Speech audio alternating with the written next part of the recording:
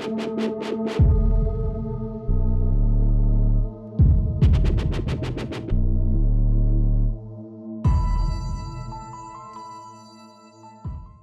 this is Brian Forster, and today we're flying over the famous Nazca lines of Peru, but not from the city of Nazca itself. We're going to be flying from the city of Ica, which is a journey that takes twice as long as flying from Nazca, because when you fly from Nazca, it's about a half-hour flight, and when you fly from Ica, it's a 1-hour flight. So here's our group from November of 2019, and we're getting ready to get on board this 12-seater aircraft along with a pilot and a co-pilot.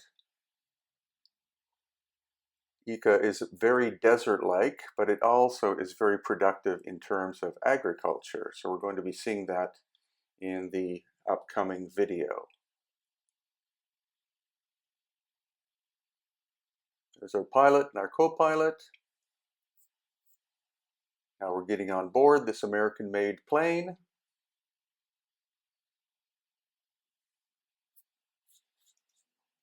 And getting ready for our 1-hour flight journey.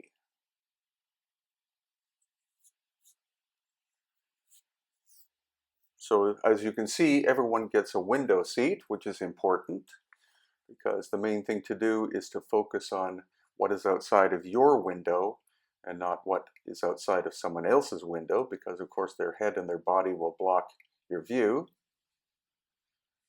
So as we take off, we'll be observing the landscape of Ica, Peru. Once again, you can see that it is quite fertile in this area near the town itself, but very soon it opens up to the Nazca area desert.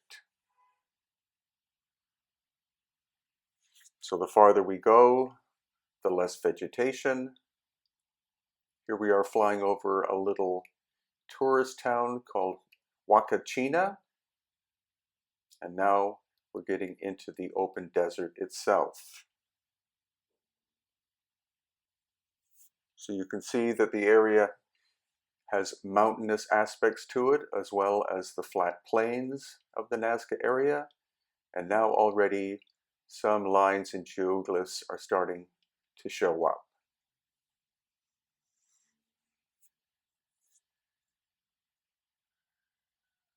Now you can see some trapezoid shapes that some people call the runways. Most of these are in the Palpa area, which is just before Nazca proper. There are some more trapezoid shapes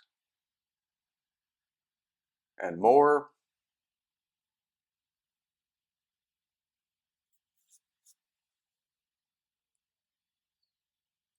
And more lines. Unfortunately, people have been driving their cars and trucks around the Nazca Plain, destroying some of the geoglyph areas.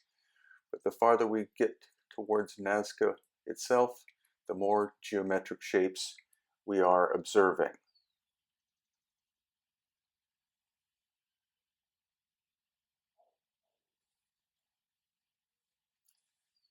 Here you can see a long strip that goes up and over a mountain, and then a right angle design.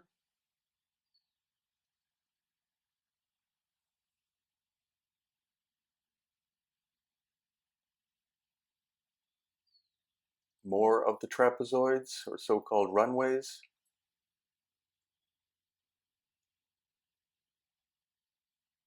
And now we're going to see one of the most famous of the Nazca geoglyphs, the so-called astronaut, appearing there in the bottom right of the screen.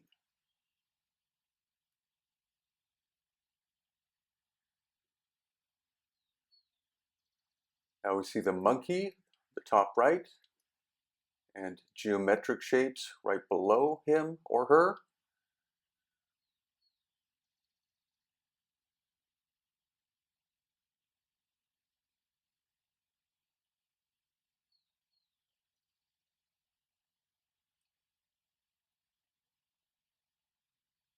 There's the dog in the top right of the screen, one of the smallest of the geoglyphs. Here I believe there's another of the so-called runways.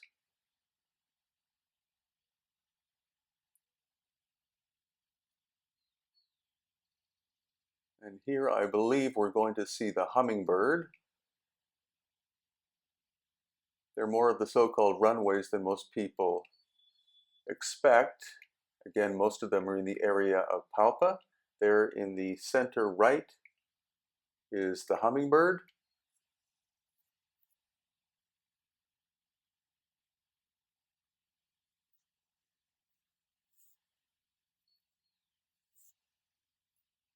Another so-called landing strip on the right.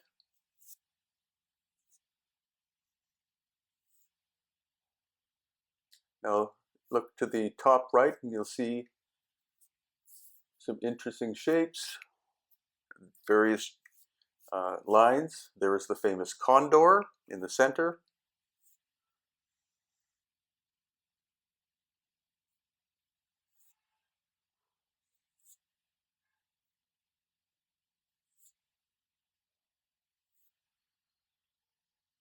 And there is the so-called parrot on the upper right of the screen.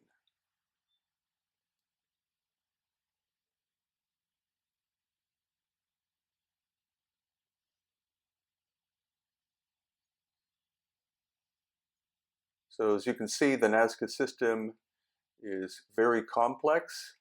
In fact, some of the lines and geoglyphs run over top of one another, so that indicates that there were probably two different cultures that created them. Initially the Paracas culture with the elongated skulls, and then later the more famous Nazca people.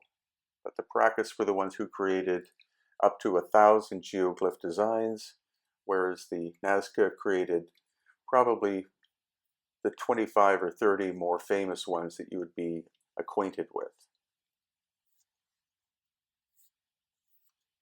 Near that tower on the upper right is where the famous hands and tree of life are located. But again, as you can see, Nazca is very, very complex.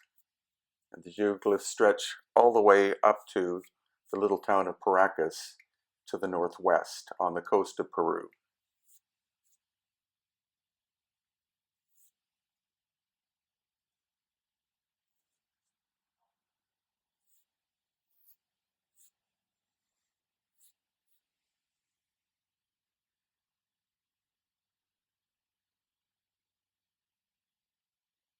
So now we're flying back to Ica after our approximate 1 hour journey.